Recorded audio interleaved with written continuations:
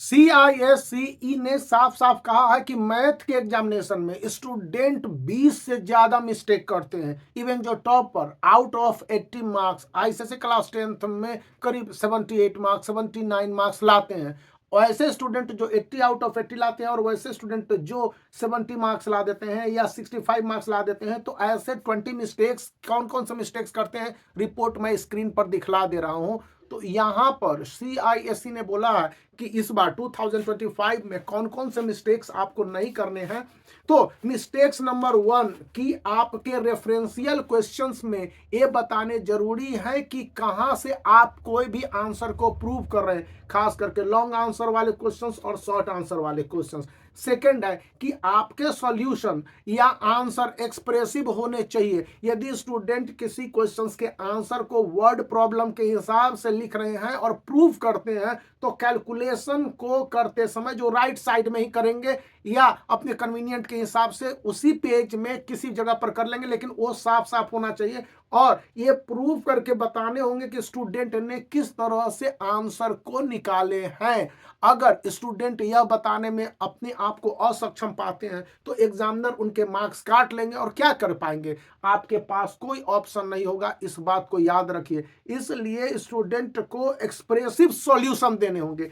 Third और आपका important point है कि जो केस बेस्ड क्वेश्चंस होगा, जिसको एनालिटिकल थिंकिंग या कॉम्पिटेंसी वाले थिंकिंग होंगे, तो उसमें आपको ये लिखने होंगे कि किस तरह से आपने आंसर को या सम को दिया है। यदि फॉर्मूला जरूरी है तो आप उन फॉर्मूला को यूज करके ही आंसर देंगे। प्रॉपर्टीज वाले क्वेश्चंस में स्टूडेंट को इन डिटेल आंसर देने होंगे, भले ही मार्क्स आपके कुछ 2 या 3 मार्क्स के हों। यहां पर कहा गया कि डेफिनेशन वाले क्वेश्चंस रहेंगे नहीं, लेकिन स्टूडेंट को जहां पर जरूरत होगी डेफिनेशन को क्लियर करना होगा और वहां पर स्टूडेंट चाहे रिलेटेड टू सर्किल हो या रिलेटेड टू लोकी हो। खास करके लोकी वाले चैप्टर में स्टूडेंट क्या करते हैं कि इनके थ्योरम को एक्सप्लिसिटली मेंशन ना करके शॉर्ट में मेंशन कर देते हैं, तो उसमें स्टूडेंट के मार्क्स कट जाते हैं। यानी कि स्टूडेंट को अगर फुल मार्क्स लेने हैं तो ये ब्लंडर आपको नहीं करने होंगे, इनसे बचने की जरूरत है। यहां पर ये कहा गया है कि MCQ वाले क्वेश्चन को कैसे डील करेंगे, क्या गड़बड़ कर दे रहे हैं। आप रिपोर्ट देख रहे हैं स्क्रीन पर अच्छी तरह से, आपको या देख चुके हैं, लिंक भी मैं इस वीडियो के डिस्क्रिप्शन में दे दूंगा। कहा है कि अधिकतर स्टूडेंट हैं क्वेश्चंस के आंसर, जैसे मान लीजिए क्वेश्चन नंबर 1 है कि when an article is sold without any discount then its selling price dash dash dash. A cost price, B list price, C market price, D both B and C. अब कोई भी answer हो सकता है ABCD, मैं इस answer पर नहीं बताऊं।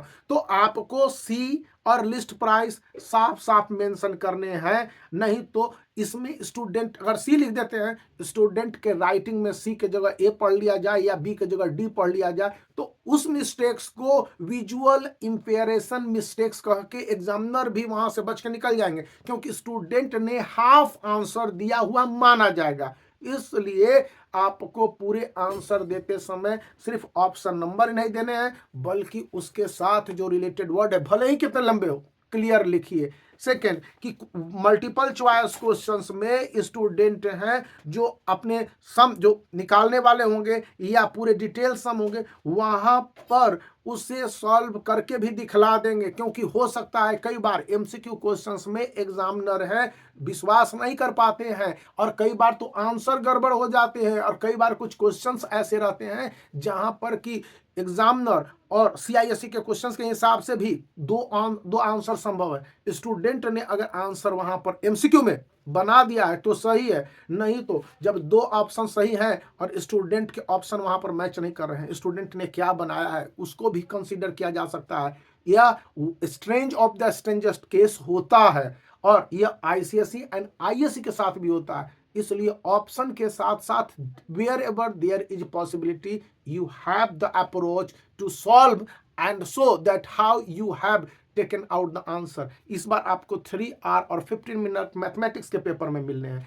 CISC ने बहुत बड़ा प्रोविजन किया हुआ है, तो इसमें आपके एक्सपेक्टेशंस के हिसाब से आंसर रहने चाहिए। फिर डेटा बेस्ड क्वेश्चंस होंगे। मान लिया जाए इंट्रिटीज को इंटेंगल किया गया है और डेटा को एक्सप्लिसिट किया गया है और उसके हिसाब से एमसीक्यूज हैं, तो वहां पर आप अपने ऑप्शन के साथ साथ जो डेटा का एनालाइजिंग है इसको भी क्लियर करेंगे, अन्यथा ये दिक्कत हो जाएगी। इस बार स्टेटमेंट बेस्ड क्वेश्चन भी आने जाने हैं, तो आपको स्टेटमेंट बेस्ड क्वेश्चंस के आंसर के लिए अच्छी तरह से उसको पढ़ने, क्योंकि अक्सर स्टेटमेंट बेस्ड क्वेश्चंस के आंसर को एवरेज स्टूडेंट गड़बड़ कर देते हैं। ये CISC की रिपोर्ट है 2023-24 के लिए, सॉरी। फार्मूला बेस्ड क्वेश्चन में स्टूडेंट फार्मूला लिखते ही नहीं है या ब्रीफ में वर्ड एक्सप्लेनेशन के बिना ही आंसर लिख देते हैं, और उसमें क्या हो जाता है कि स्टूडेंट के आंसर को वेग समझा जाता है। तो इसलिए इन गलतियों से बचने हैं। ये जो 20 ब्लंडर्स है, देखिए बोर्ड पर भी मैंने इसको लिखा हुआ था और काफ़ी डिटेल में इस विषय पर डिस्कशन हुआ और उसके बाद ये जानकारी दी गई, तो आपको ये गलती नहीं करनी है। फिर डिटरमाइनिंग वाले क्वेश्चंस में स्टूडेंट को यह ध्यान रखने हैं कि 2 क्वेश्चंस होते हैं डिटरमाइनिंग वाले, A and B।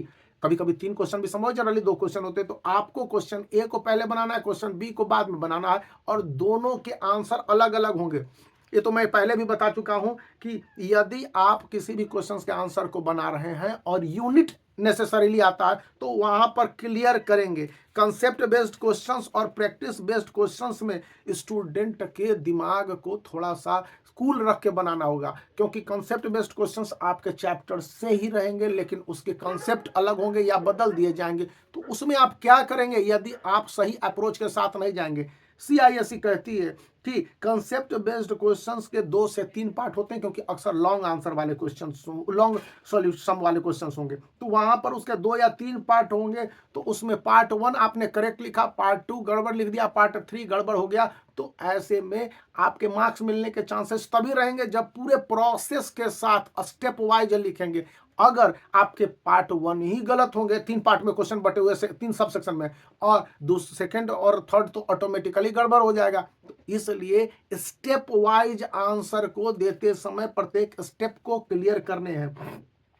Brain storming वाले क्वेश्चंस बहुत कम है, लेकिन बताया गया कि टोटल सम या टोटल नंबर ऑफ क्वेश्चंस का 10% ब्रेन स्टॉर्मिंग वाला क्वेश्चंस होगा, और इसलिए स्टूडेंट को इन बातों को ध्यान रखना है। फिर डायरेक्शन बेस्ड क्वेश्चंस को CISC ने इस बार इंक्लूड किया है, जैसे कि क्वेश्चन नंबर 26 से 29, select the correct option given on the 4 directions और कंसिडरेशन। तो ऐसे क्वेश्चंस के आंसर को आप अपने थॉट के हिसाब से नहीं, चैप्टर पढ़ चुके हैं उसके हिसाब से एक्सप्लेन करने हैं। खास करके रिफ्लेक्शन में जब स्टूडेंट क्वेश्चंस के आंसर को निकाल रहे होंगे, तो उस समय यह देखेंगे कि कोऑर्डिनेशन, जैसे कि यूज द ग्राफ, यहाँ पर एक बहुत अच्छा सा क्वेश्चन था जिसके 4 से ज्यादा पार्ट है। Use the graph sheet for the question, take 2 centimetre equals 1 unit along the axis and plot the triangle QAB, और QAB को क्लियर करने हैं। तो वहां पर स्टूडेंट के क्वेश्चन सबसेक्शन ए है, reflect the triangle QAB through the origin and name it as triangle QAB dash.